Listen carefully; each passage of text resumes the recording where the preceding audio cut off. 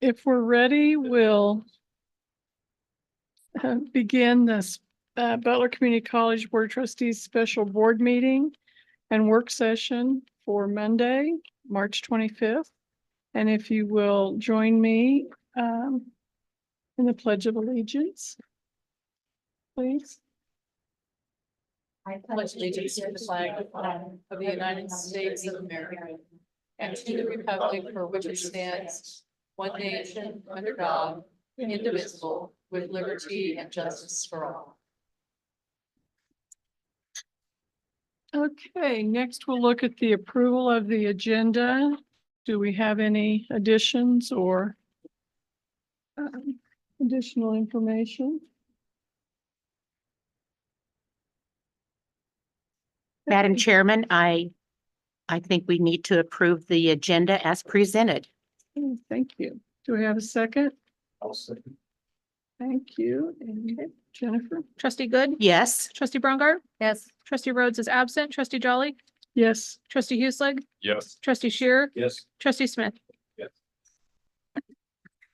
Okay, next we have public comment. Is there anyone that would like to make public comment at this time? Okay, if no one, then we'll move on to our board action items. The first item is the Higher Learning Commission Interim Monitoring Report. I've made some changes to the report, including information that Forrest sent. He did a good job of correcting my grammar, and made some things a little more communicative, I guess I would say. On the first page, you'll notice that I did add the 2C items.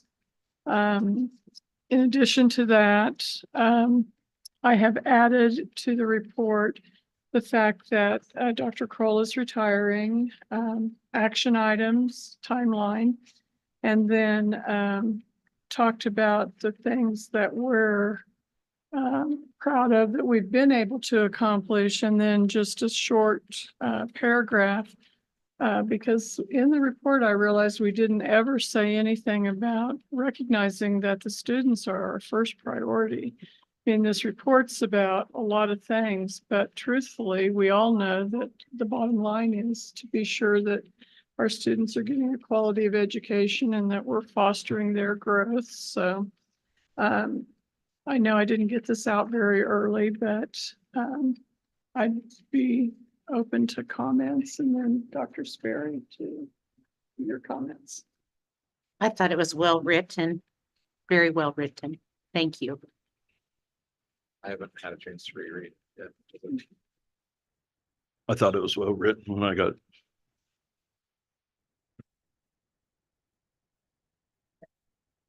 Okay. I think that it should be accepted by. I thought it was. I would encourage. Yeah, I think HLC will probably accept it as it is written, and I would just encourage one more proofreading of it. That would be good.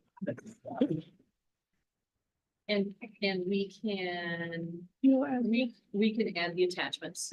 There's a, and Phil and I'll figure it out. There's a portal where it gets submitted. It doesn't get submitted on letterhead. Okay. It's just a sort of a standard format, but Phil and I can figure that out and get it submitted electronically Okay. by the 31st. But we'll pull up these additional, and your timeline is what you're referring to. Right. here, correct? The action timelines. Okay.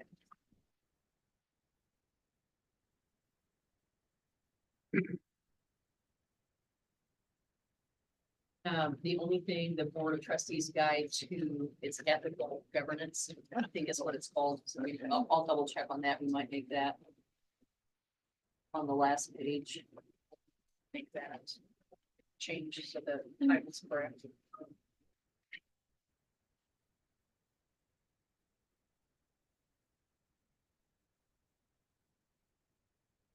I did go ahead and put the information also about Dr. Cole leaving. And then I think it's important that they understand that we're getting right on top of that and have a process and at least from our interviews, a loose timeline of how things are going to occur.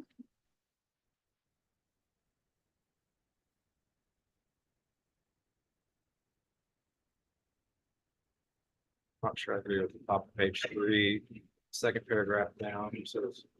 Elected trustee is difficult to have community members contact you with expectation that you have sole authority to solve their issues. I'm not sure. You're just making a blanket statement that any issue.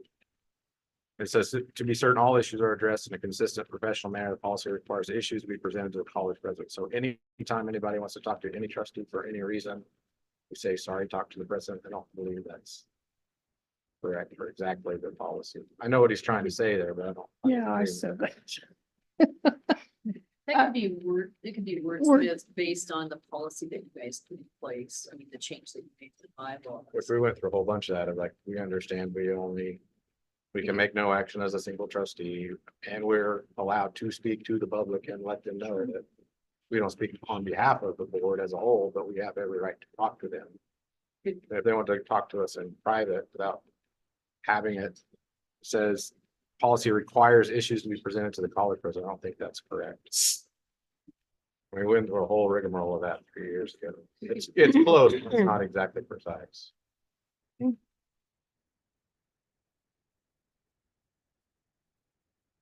Sorry, I'm just bringing this up now, but I think you emailed it when I was driving. I haven't seen the tweets. Are we gonna prove it tonight? With We the are- assumption that we're gonna make a few tweaks? Is that how we're gonna have to word it at this point? I believe You're so. gonna have to, because it has to be submitted first. Or are we gonna hammer it out now before we approve it? Well, what? Or we have to hammer it out now before we approve it? Well, yeah, you can. I can pull up that bylaw change if you want, if you want me to get that. If you don't mind.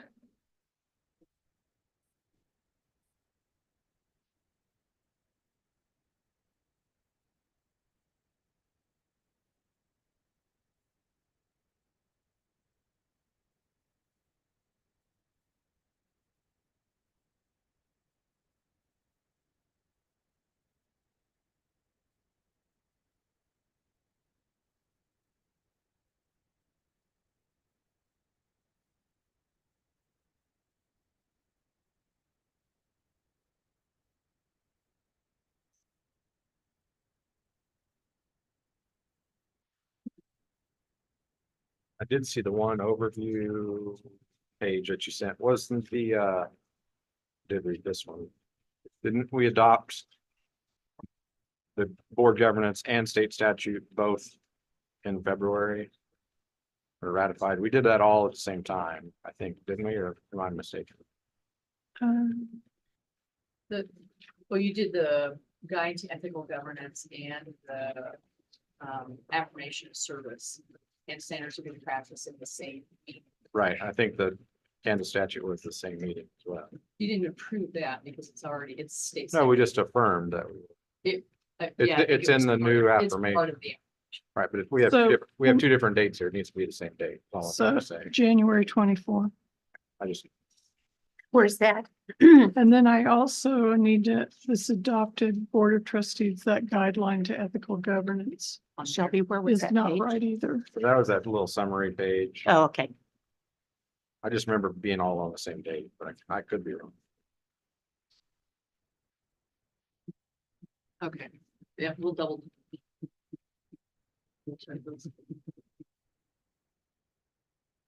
Okay, the complaint thing says, individual board members or the board may receive complaints and or concerns, some of which may implicate areas where the college is required to respond, or from a best practice standpoint should respond. If a board member becomes aware of a complaint involving academic curriculum, student or personnel issues such as discrimination or harassment, college or student policy process, safety, health, including threats or conduct that could be perceived as unlawful under applicable state law or regulation, the following action must be taken. Suggest the complainant seek remedy from a proper college official, faculty member, dean, associate, or vice president, associate vice president, human resources.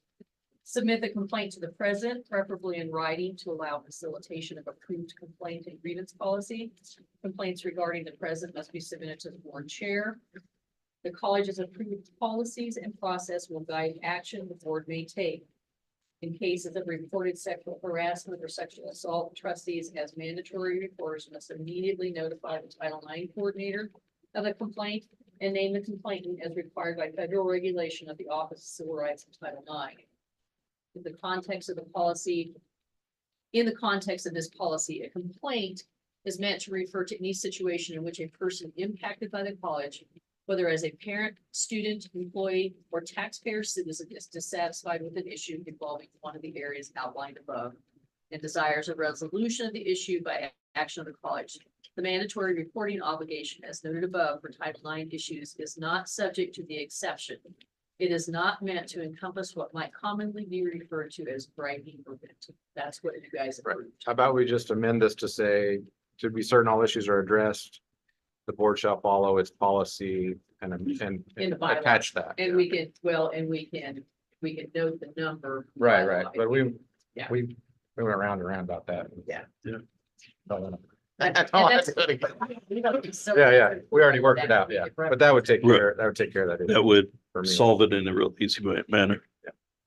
And that's in It's in the Said our board bylaws. board It's in the bylaws. bylaws. It's Article 5, Section 5.03. So here on page 4, second paragraph, or it's not really a paragraph, it says February 24, we affirmed we by Kansas statute 71. So maybe we did do it. I just want to make sure we're accurate. I don't. Yeah. We can, Whichever one it is. It was, we didn't do it in January, we did it in February. So I think that both of them were in Yeah, February, they or were all done. all three of those. items. all are in February.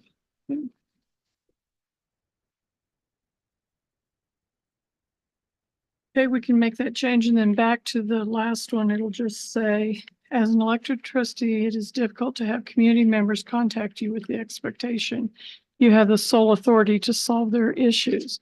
To be certain all issues are addressed in a consistent and professional manner, the Board of Trustees shall follow the policy as set out in the Board of Trustees Handbook, Article 5, Section 5.03, and I could put C attached. Are you gonna give me your ones? I can, Okay. or I can run home and do it. And then they'll just go on to say review of the information below. We'll give trustees a refresher of the current policies. Is the rest of this pretty well the same? So Yes. I don't have to just sit here and read it. The only thing, in the last draft, I had set out that we approved it, that we signed it, that we reposted it, that we were going to put it in the book, and now it's in a paragraph instead of bullet point form. Okay. Added February in the paragraph, January, February, March. They occurred with a lighter attitude, just added March, that since we've already had that meeting too. And let's see. When we approve this, we're just approving this as the board's response. We're not saying I agree with 100% of it, but I can approve that this is the board's response as a whole. Mhm. And of course, when you go through your review, it wants you to spell out numbers and things like that. So those changes have been made.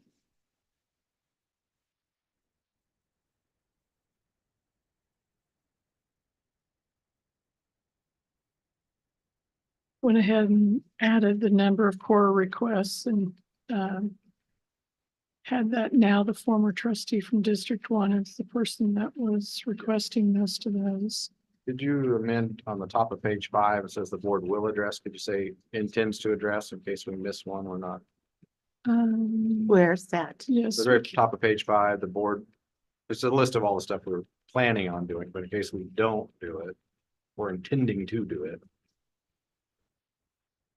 And what is your suggestion? that we intend to address. In case we don't. Oh, I we- see. Promising we will, and if we don't, then we just lie. That's fine with me. so we're going to say the Board of Trustee intends to address. Will Yeah. attend, Will it? don't you think? Will Just attend? intend. No, I think intends to address. in 24. That doesn't sound right. Board intends to address, wants to address, or willing, I don't know, I think intends to address is however you say it. that's the correct way of saying it. Will intend is like a double. It's not bad. You're the teacher, so I won't argue with you, but. Let them make it. So, maybe in the second bullet, then it needs to say intends also. Yes, to be consistent. Work sessions starting in April 24 intend to address the following topics and take appropriate or needed action. Okay.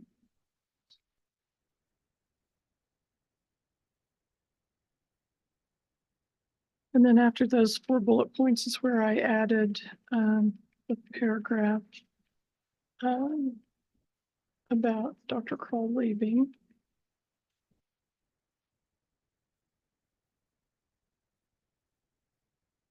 No, we haven't talked, if you go to the. After Dr. Cole's paragraph, I mean, from what we were told by the hiring firms, most likely it will be January. I mean, there's a miracle that could happen, it could be sooner, but it's currently what we're.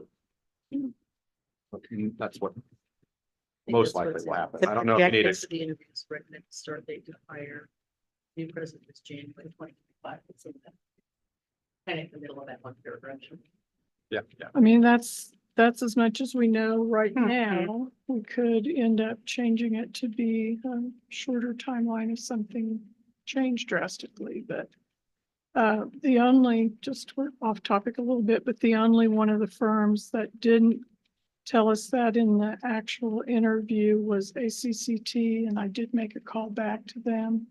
And they agreed that it would be a stronger search in the fall with a January start date, but if we got right on everything, there's a potential we might find a candidate that would be available by August, but they just thought it was a really short time. I mean, they admitted it was. No one thought it would like me. No, they just. It is possible, but it's not. So,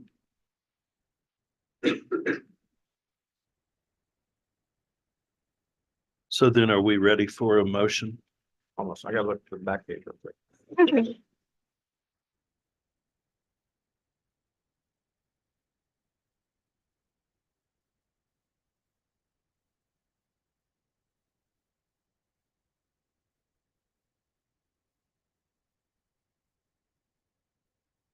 I like your positive outlook, Linda, that we approved it by a 7-0 vote tonight. Yeah. Haven't even voted yet. Yeah. I'm gonna say with our track record, I don't know, that was pretty bold. I can be a little stickly. Yeah.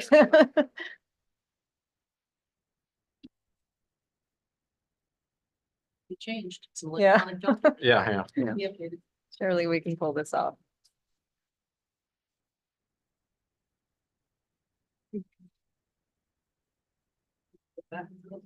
Yeah.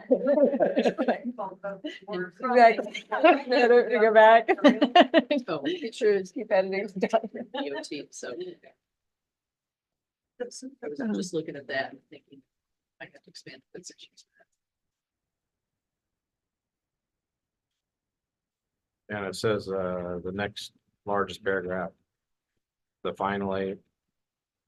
Like Dr. Sperry was saying, Butler Community College is tasked to be effective in the lives of students. That's not What page? the very, our page 6. Where are you? Like, we should approve it pending, Pass. whatever.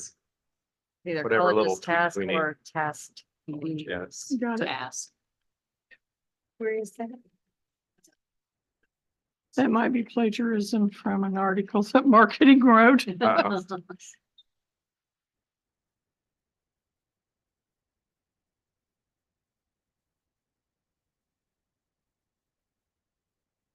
I don't know what that sentence is trying to say about the board though. But whatever, it's fine.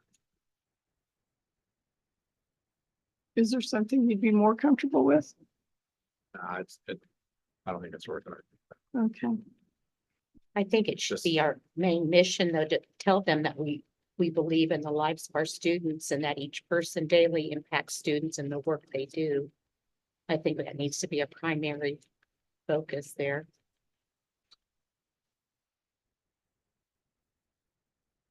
Yeah, the mission is the board should be to support the college mission.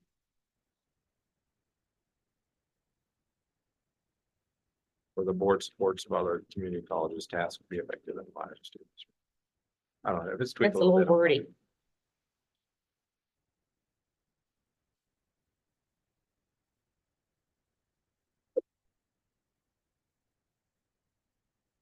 So who's going to proofread it one more time? Well, I'll Bill and volunteer I if you. can, Bill and I can. That's what I was hoping to, yeah. HLC will send it back with red mark. Uh-huh. Yeah, I'm good at math, not language arts. Bill and I can proofread it, and then Thank you. should we just send you, we can send all of you out a final copy of it, so you have it.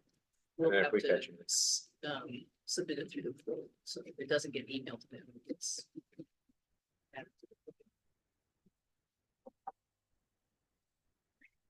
And Mr. then Chairman, they get a note that it's on the portal, don't they? They, yeah, they'll get. And they'll send a email back that they recognize that it's been submitted. Can we have the motion be something like the board approves this document to be sent? Just so it gives me a little wiggle room. why don't you make the motion then, sweetheart? right. Good I idea. move that the board approves this document to be sent to HLC to address the issue, whatever it was, the exact issue. like that. And to be proofread, Well, do you want that? well, Have, I'm going to say it, Can I help them? sure. I mean, just so the motion, so for Jennifer's help, Right. yeah, because she was sending you text messages. Okay. How about if you Okay. say the board approves the submission of this document to meet the requirement of an interim monitoring report required by March 31st, 2020. Subject to. Minor- final Yeah, proofreading. Minor tweaks and proofreading. Yeah. As discussed. With agreed upon. Changes. Updates or something. I second it. Jennifer's over here like, She's like- longest motion ever. I'll work on the motion. We'll add a I have couple, the video, I'll be fine. we'll add a couple more little. And this. Okay, we ready for a vote? Yes, I'm sorry. That's okay. Trustee Good, Yes. trustee Brungart, Yes. trustee Rhodes, Yes. trustee Jolly, Yes, trustee Hueslick, Yes. trustee Shear, Yes. trustee Smith. Yes, The pressure was on you for the 7-0. I know. That's why I looked at you. I'm- okay, so motion passes 7-0. Earlier today, you also received an email through Jennifer in regard to the next issue, which is a presidential search firm subcommittee recommendation. So Dave, Shelby, and I did conduct the phone interviews. And so I thought to begin with, so many things about the interviews were the same. And that's why I gave you a listing of the recommendation for a steering committee, how important they stress the profile that we create for the position would be, that a secure portal would be used. ACT, for instance, has their own and probably wanted to use that. The others were more amenable to using our portal we already have here. And they did stress the confidentiality. In any case, creating the search committee, number one, would keep us from having to notice every meeting we were trying to have. But any final decisions that are made would be made by the Board of Trustees in a regular meeting. So the trustees are the final decision makers. They all suggested that we appoint a point person, and I think until our baby arrives, Jennifer could possibly fill that role, and she did set in and take notes for us. keeping in mind that that's confidential and she's keeping that information confidentially. They all talk about conducting a survey. It could be survey of the community or, the college itself and public forums. We talked to them all about the fact that there's 2 campuses and that we would need to have public forums both places. And then, there's a decision to make whether you want them to rank or tier the applicants. If you get 40 applicants, do you want to see all 40? Do you want to see the top 10? We would decide that along the way. Most of them said the process would take 4 to 6 months. And they, like I said, 3 of the 4 in the interviews talked about that being fall and with a start date in January, no later than that if possible. And it seems like even though the prices did vary some, we probably ought to anticipate, up to $75,000 as our overall cost. And then the 3 of us agreed on the ranking with Gold Hill first, ACCT second, AGB third, and the Poly group number 4. And I tried to give you, just from the notes that I had taken, what things they talked about that were different than the others. So Gold Hill has a lot of one-on-one contacts and they follow that quite a bit, although we do the other marketing and the national searches and so forth. They also have people and they call and they talk a lot about the traits that we're looking for in a candidate, and seems like it's more of a one-on-one with a lot of the applicants. We'll get there. They only work for community colleges. All of their consultants and their president have been community college presidents. And the only thing there, and the others may not have felt this, was the background check. They do that a little bit differently in that they get references from the people and then they call about twice that many people. They want to talk to the person's boss from before. They do the social media and so forth, but we may have to ask them to do, I don't know, we didn't talk specifically about a background check in reference to criminal background type of check. But That comes, for us, that comes kind of at the end, once you've identified your final candidate for any position and the offer that you make is contingent upon, contingent upon, a clean background check, criminal background check. okay. ACCT is a much more sophisticated organization in their process. They've got a lot more people. One of the things that they say their people are all full-time. Some of the others use consultants, use retired presidents and so forth. They talked about searching website for presidents, didn't really address as much about going after people that they already had in their system. I mean, I'm sure they send to them, but they didn't talk about that. They do have a secure portal. They'd like to use that. And then they have people on staff that do their reference checking, and it sounds like it's pretty extensive. AGB, and I guess I was saying to Dr. Kroll that I didn't go into this thinking that the college would do marketing. I thought the search firm would, but I think really they all will help us create ads and stuff to be used in national trade magazines and large, what I want to say, organizations, to put the word out there. Something very different that they outlined was their transitional and support for the first year between you and the candidate. We did say something, we didn't say anything to ACT or Poly, but we did say something to Gold Hill about that. He would also be willing to do that, but it would probably be more cost. And of course, that was the lowest quote that we received. AGB feels that their people do make the difference. They did assist Johnson County Community College in their search. And they did Wichita State University. I just got through double checking that one. Okay.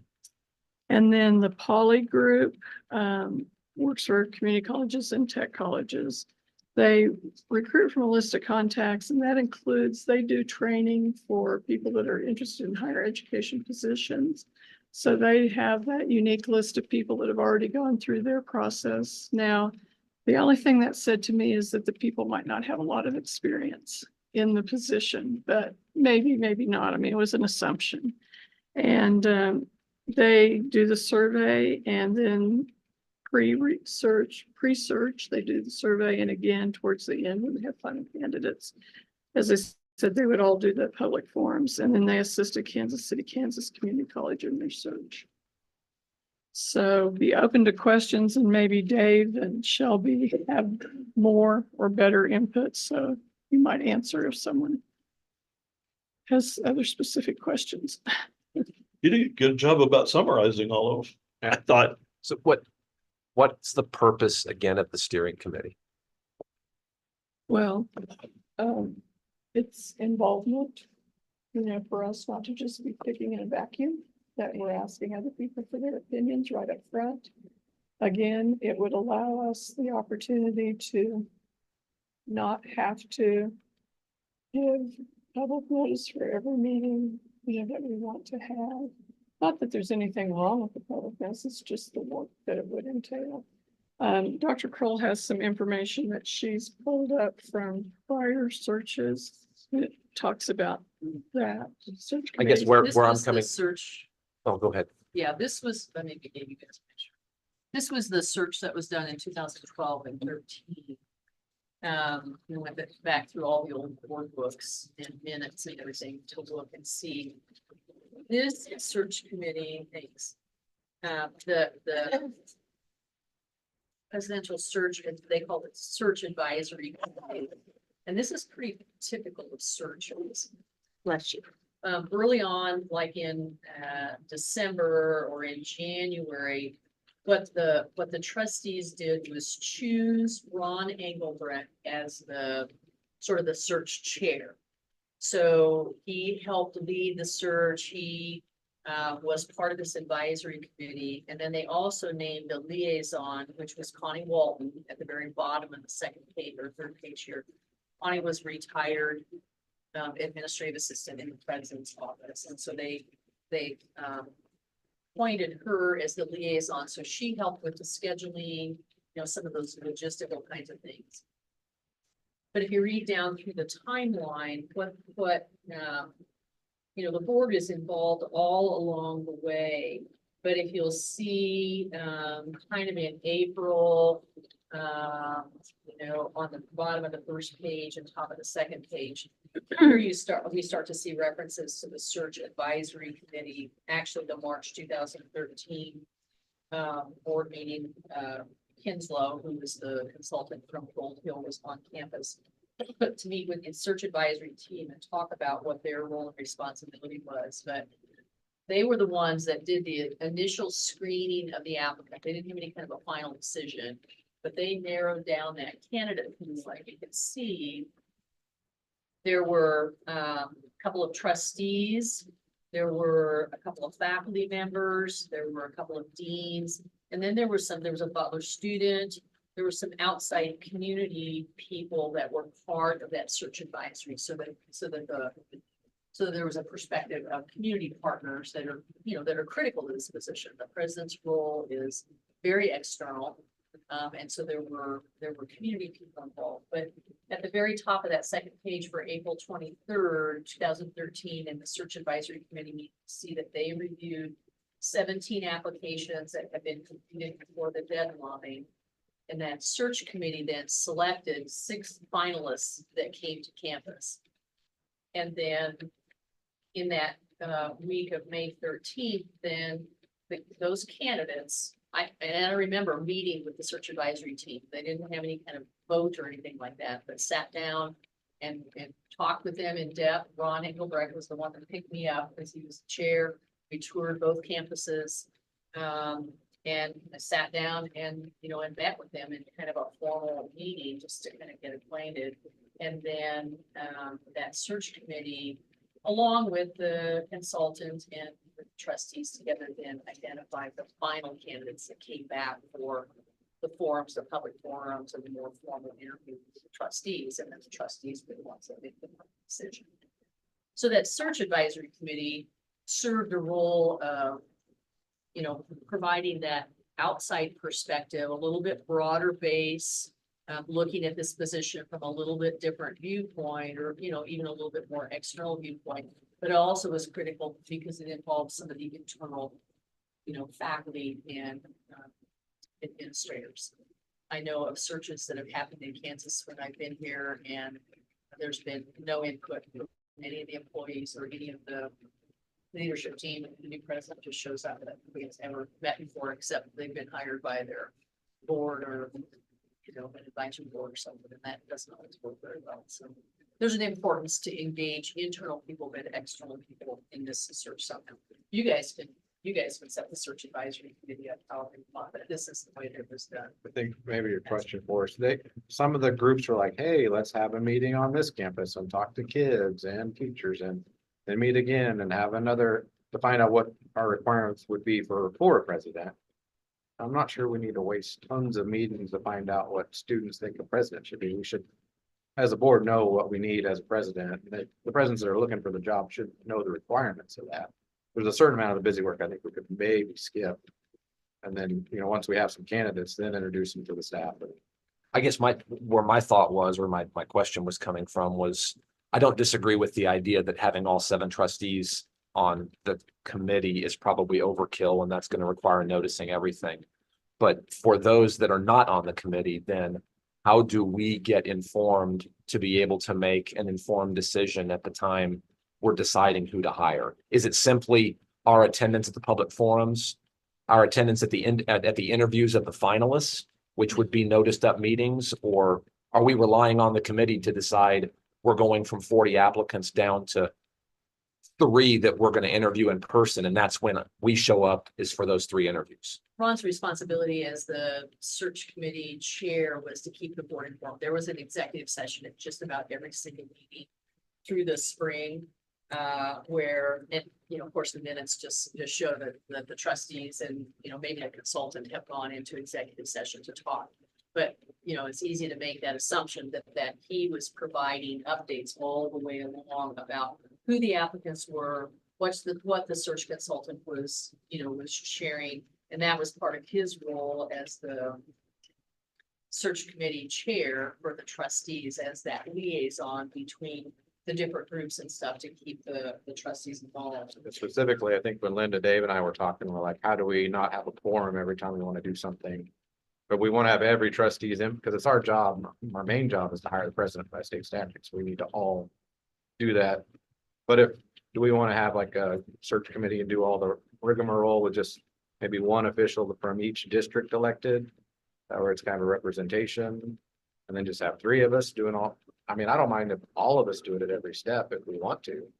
It just adds a little more formal meeting on the record type stuff. Yeah, I'm not opposed to the idea of a representative to do it. I just didn't, if I'm not one of those representatives, or for those that aren't, how do I feel like at the end of the day when I'm being asked to vote on something that I've got the background? And specifically, I think you answered that with all of the 4 firms, the consulting firms, they would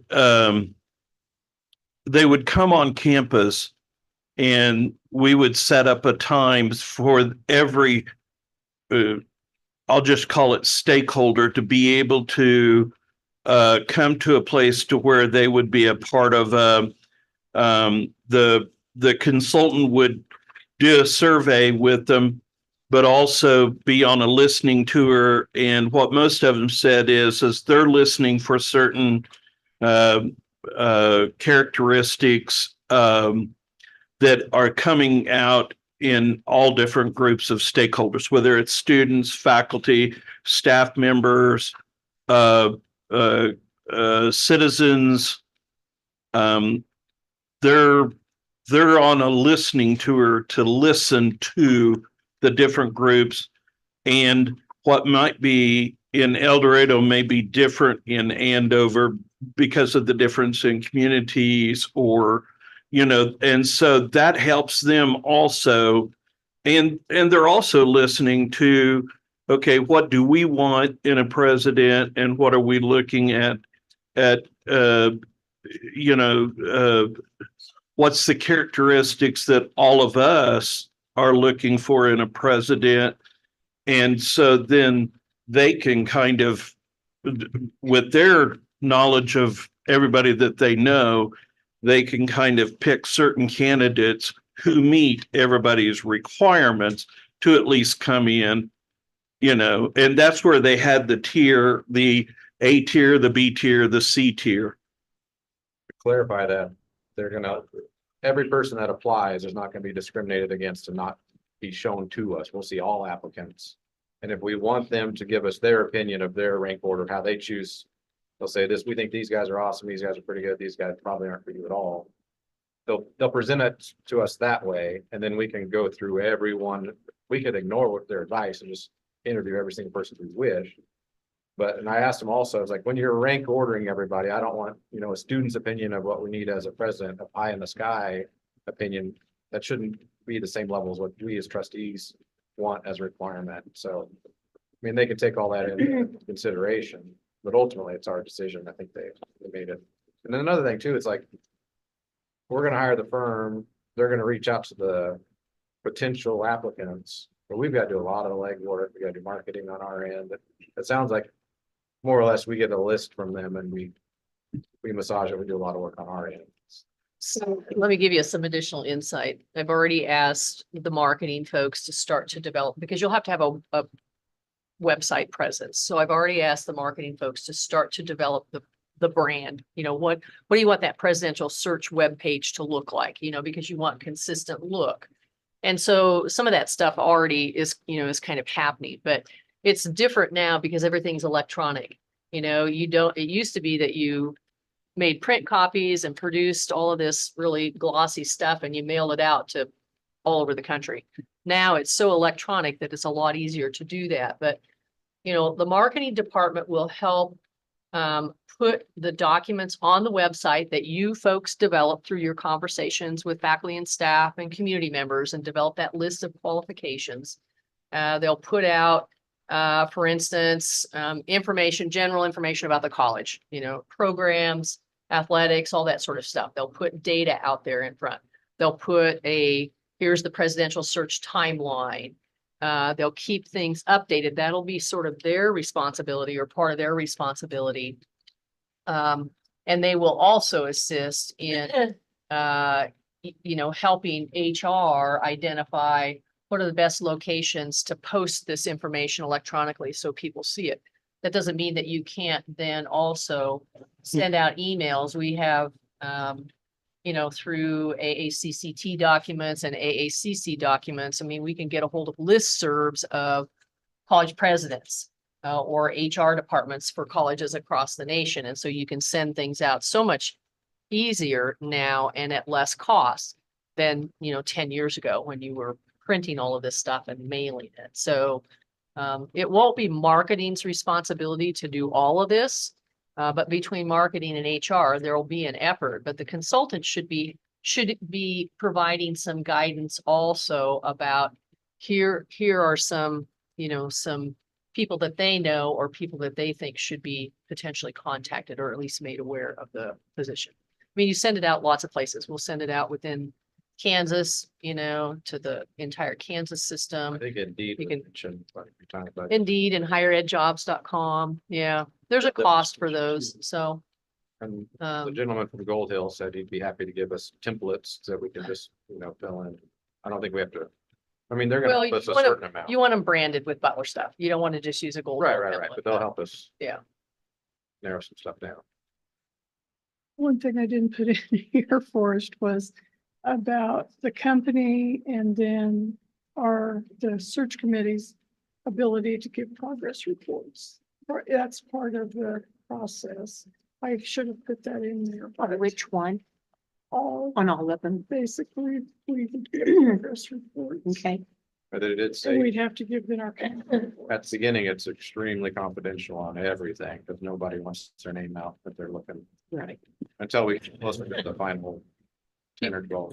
Well, Three or whatever. typically, it's the final three, that's when it becomes public. Because to that point in time, there'll still be people potentially in the search who don't want their colleagues to know that they're looking, so. That's standard practice, that when you name your 3 or 4 finalists, whatever you bring in, that's when. Their names become public and the bios become public, and you put things out in the newspaper and on the website, that sort of stuff. Is there additional information or things that you would have liked to have known that we should have asked? That you can think of. The one thing I did, the other 3, there were 2, 3, and 4. Never mentioned this at all. And the Gold Hill gentleman, he wants outstanding performers, productive. You want to make sure they don't have any issues such as short tenure. He wants competitive candidates. He did a lot of performance based. I want somebody that can do the job. He's the only one that said it in that way, which I appreciate. It's kind of what gave me and he's about 60% of the cost of the others, which doesn't hurt. So it was I didn't gather this from what you sent, and maybe I just wasn't reading into the numbers. It was your collective recommendation that 1, 2, 3, 4 was how you That's ranked them. kind of how we all agreed after all 4 of them, Yeah.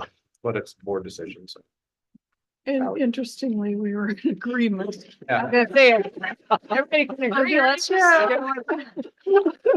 We, So if that says anything, we all, the 3 of us. we did kind of all, like hit it right there, just kind of.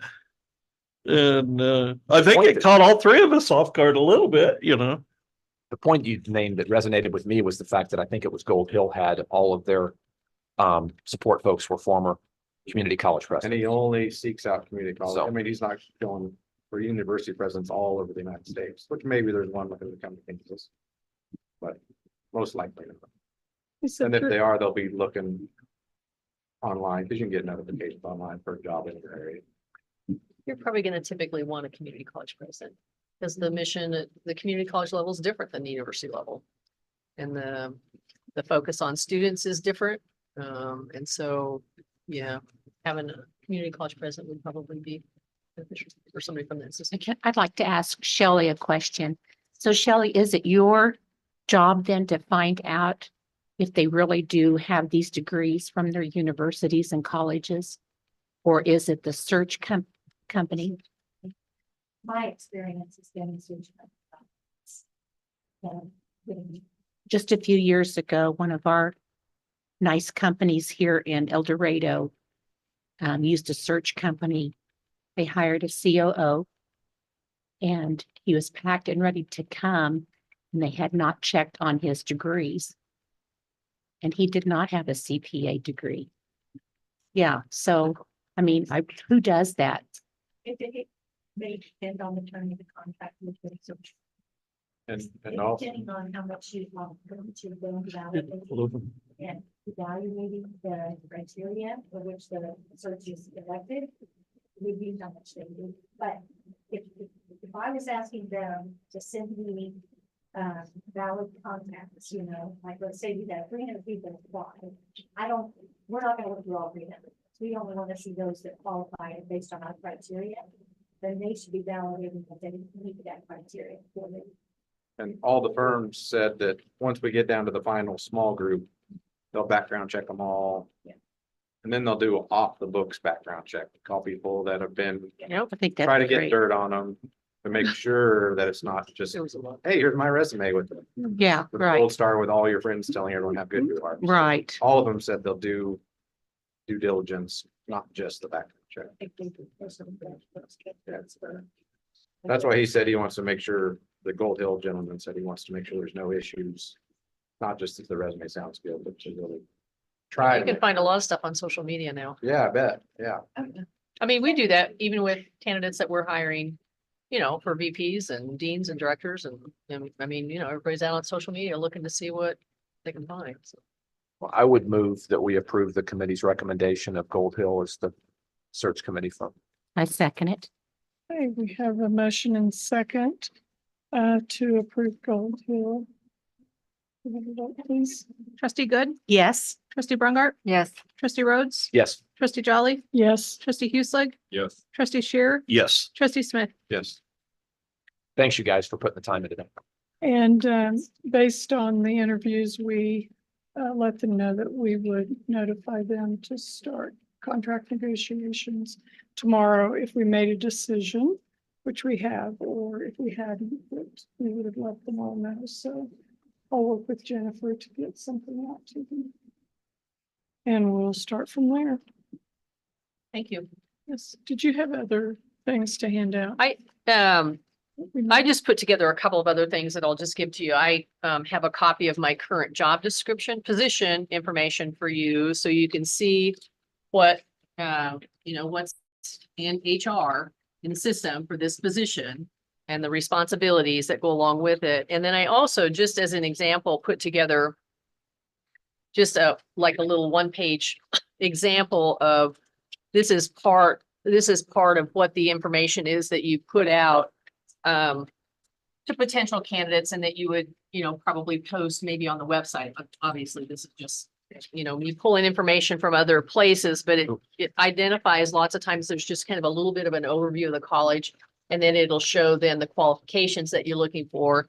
And that list of qualifications is what you would put together through conversation with faculty and staff and what you guys would, develop on your own. But any of that public information, kind of right up front, you want to also identify what the minimum requirements are going to be. How many years of administrative experience you want this person to have, what degrees you want them, if you want them to have a doctorate or whatever. So this is just an example of some of the information that you would typically see for other presidential searches.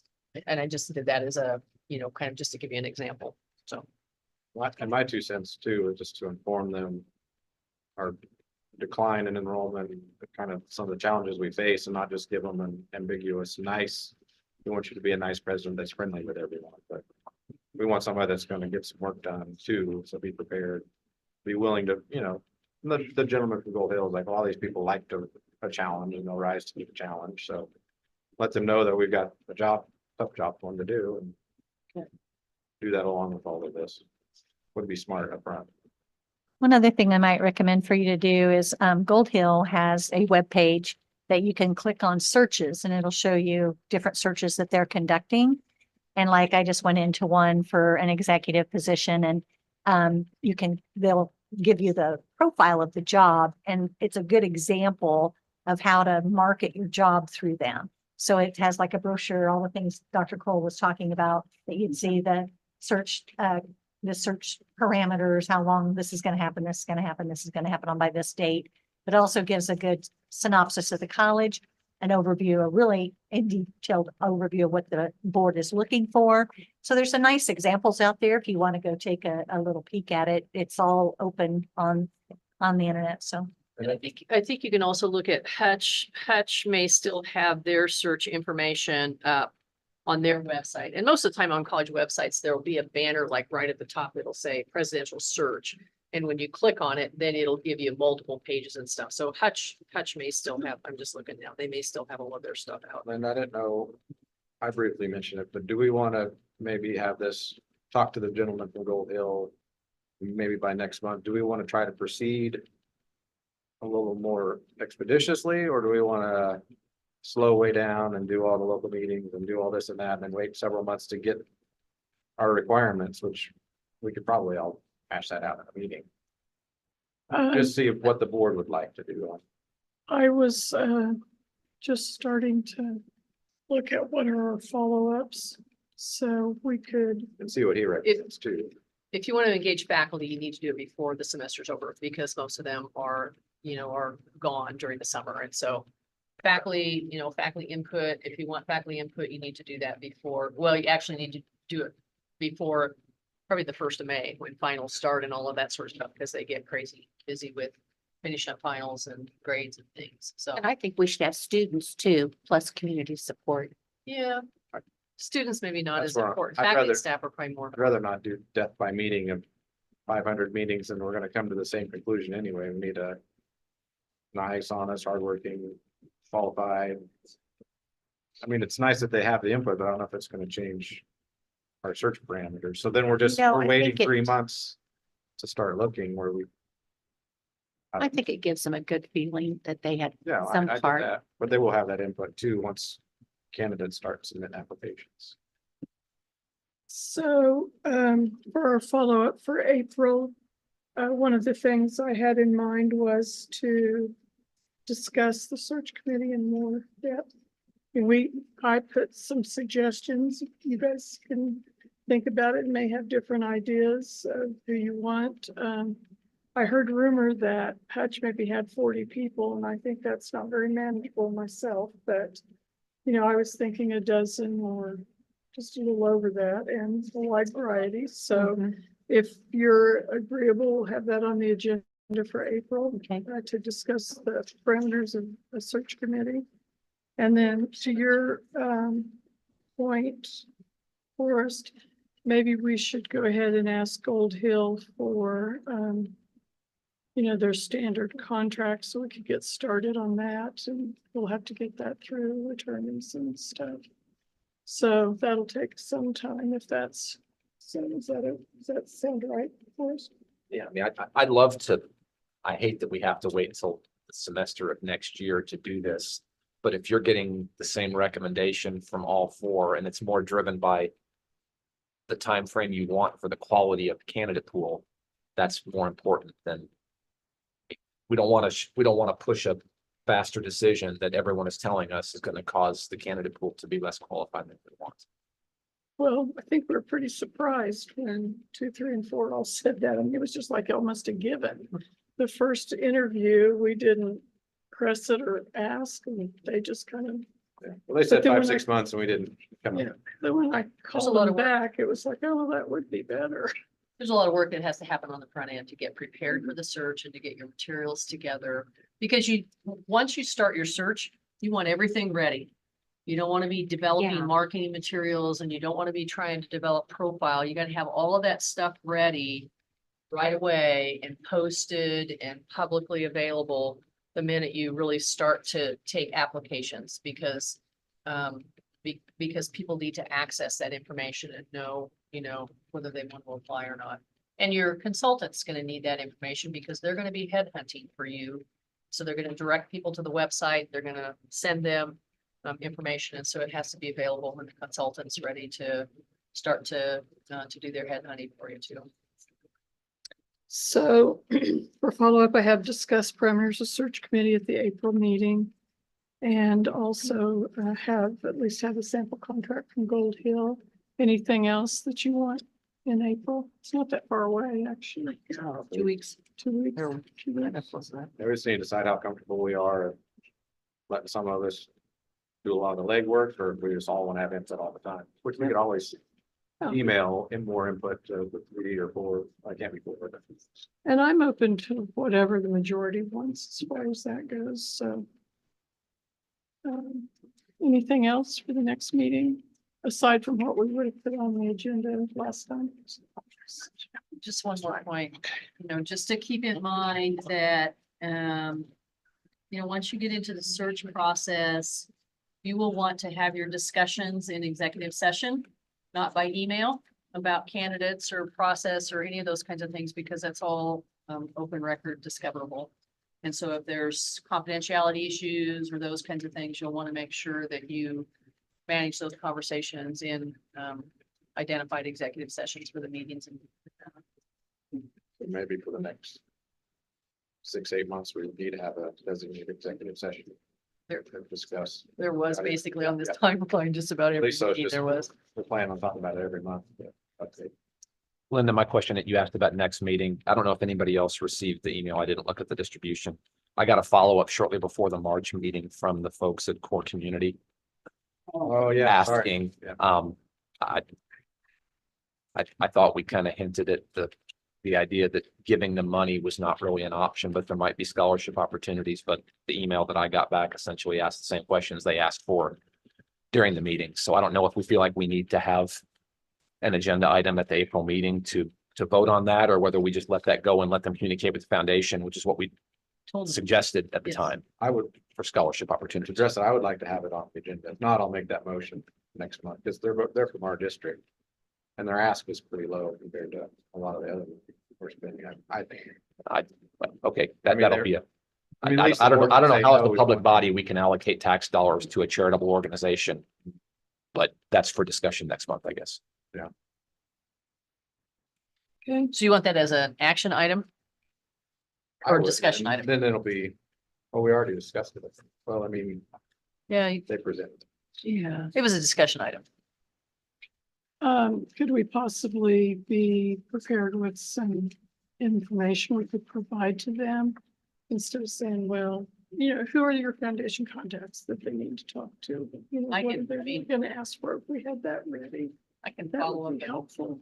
I can follow up and send them all of that information as well. Yeah, that's what I was thinking. that Jennifer did. Okay. Well, action item on the agenda. I think actually, but then we can say yes or no. So I don't think it would be bad to donate. I wouldn't want to donate what they're asking, but 10 grand. Hopefully we gain a couple students. Then maybe some more in the future and maybe it benefits us overall. But not much happens in Augusta from the college. So this is just one way for me to affect Augusta's thing. I mean, we gave $300,000 to Andover for their roof. So we didn't. So personally, to give 10 to 30 grand to charitable people that are working with people trying to get them. I think. Spit it out, Shelby. Yeah, You have but- to, I know, I get the gist Caution. of it. because then you'll have United Way here. I know. You'll have all kinds of other nonprofits asking, so I think you have to be really careful. And I also am What- not sure that we can use tax dollars to do that. We don't do that internally, with any decisions that, necessarily that we make, but I think you have to be really cautious. Yeah. We would have to check and see, So the- but I How do think we you give- open a can of worms. how do we potentially. give City of Andover just 300 grand? There you go. But Well, we that's a can't- little that different was- deal. Well, That's what if not we a give it to City of nonprofit. Augusta? There you go, give it to who you want. I mean, to me, it's just benefit in my district pretty well. We do get some benefit, but compared to 3 and 1, we're in the middle where it's just kind of no man's land, but Butler, You guys have the most students coming over for, but Andover literally got 300 grand. Del Dorado. but those, I know, I'm just saying, we, as a majority can say no, but I would like to have a vote, and if the majority says no, that's the policy of the college. So I'm I mean, putting, and it could get voted down, and not even get on the agenda too, and that would solve it. well, I was putting action item for community follow-up. And then I think we need to understand whether we can or can't make the contribution. Can we find out? Because I wouldn't want to hurt feelings and discuss it. Couldn't we just offer a scholarship? Well, again, that's foundation money. Well, we also Technically. Pay over $300,000 to foundation payroll.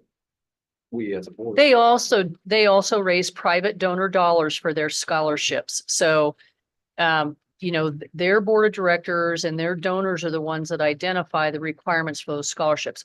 We can put core, and we talked about it, we put core communities in contact with the foundation. The foundation will work with them to help their students. There's one application to help their students apply for every scholarship available through the foundation, and they would get pooled with the rest of the applicants and have access to those scholarships. The foundation board of directors would be the ones that would have to decide whether they want to set aside funding specifically for community. That would be a foundation board of directors decision, not this board, because they're the ones that manage those donor dollars and the scholarship or the donor agreements and how they want those dollars distributed. So is there maybe a way we could provide a formal response to core community with that exact, Sure. spell out how they should do it, so it doesn't look like we're just ignoring them? And Told them that in the meeting, but we can follow up with did them. Tom call and talk to them about? Can't we, We But- gave them Avery's contact information. can't we earmark funds to, so you guys are getting 300 grand a year. We expect when we donate you this, give you this money, that you'll help out for the community. As a board, I don't. Say that again, $300,000.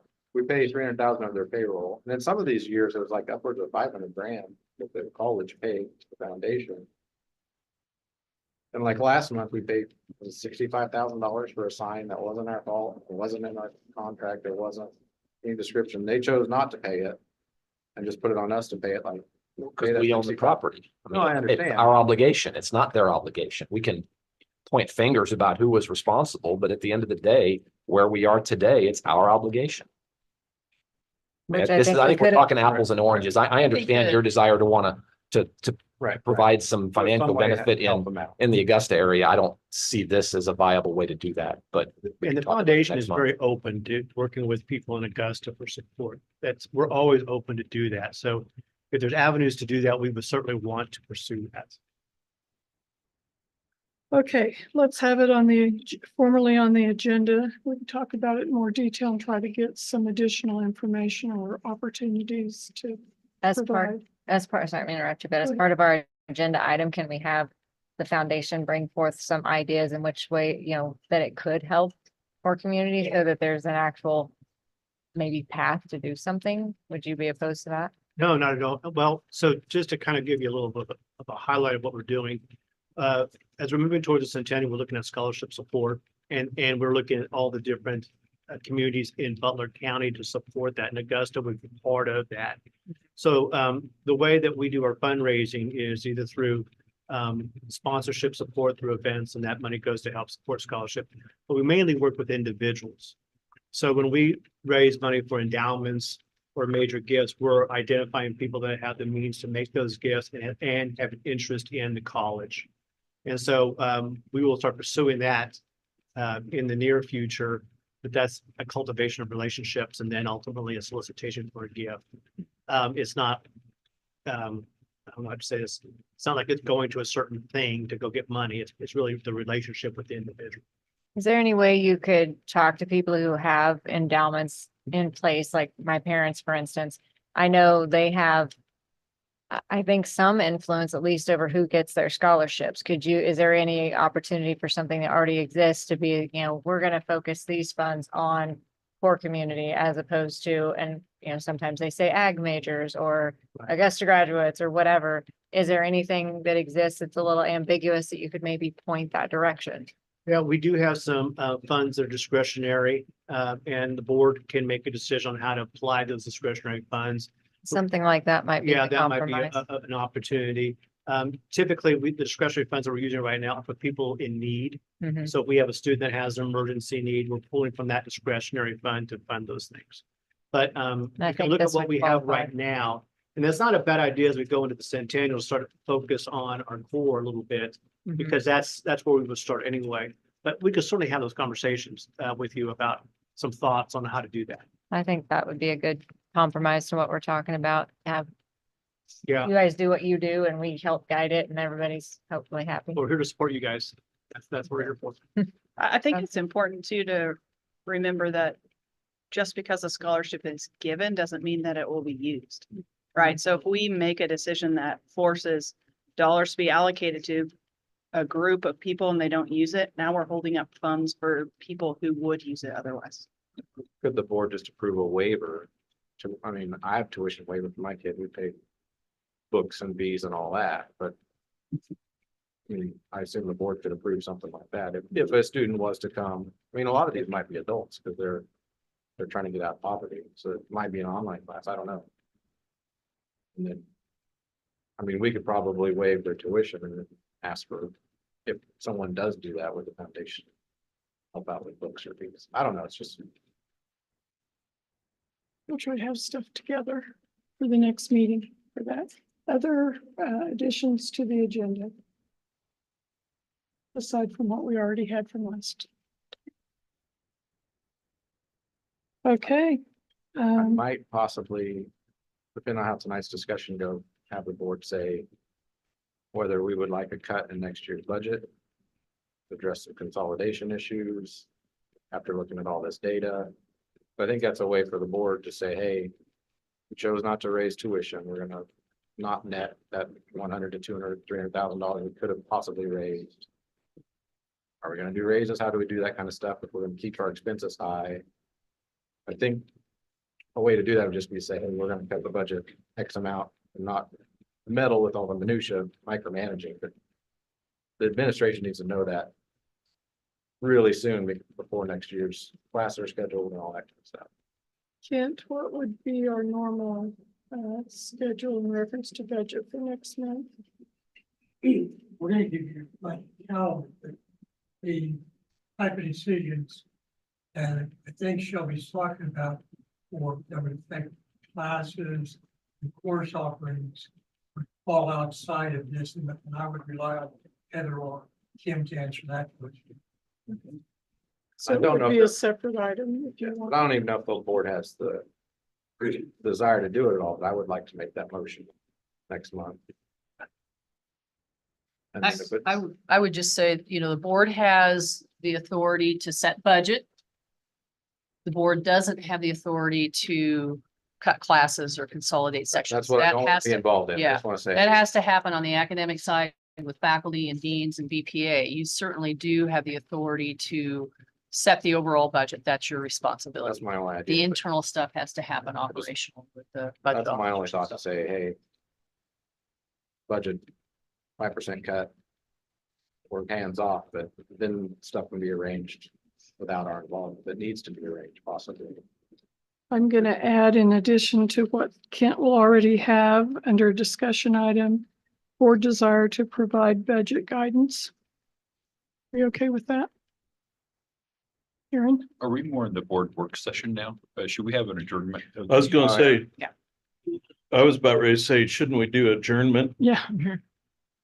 She's, soon. I Linda's think just trying to get the Why should we do an agenda adjournment? items for the April board meeting and then, Here Do pretty it, soon. just and do then it. we'll talk about the actual budget stuff. But I would like that as an action, Instead of We never discussion. got out of. because it's got to be decided.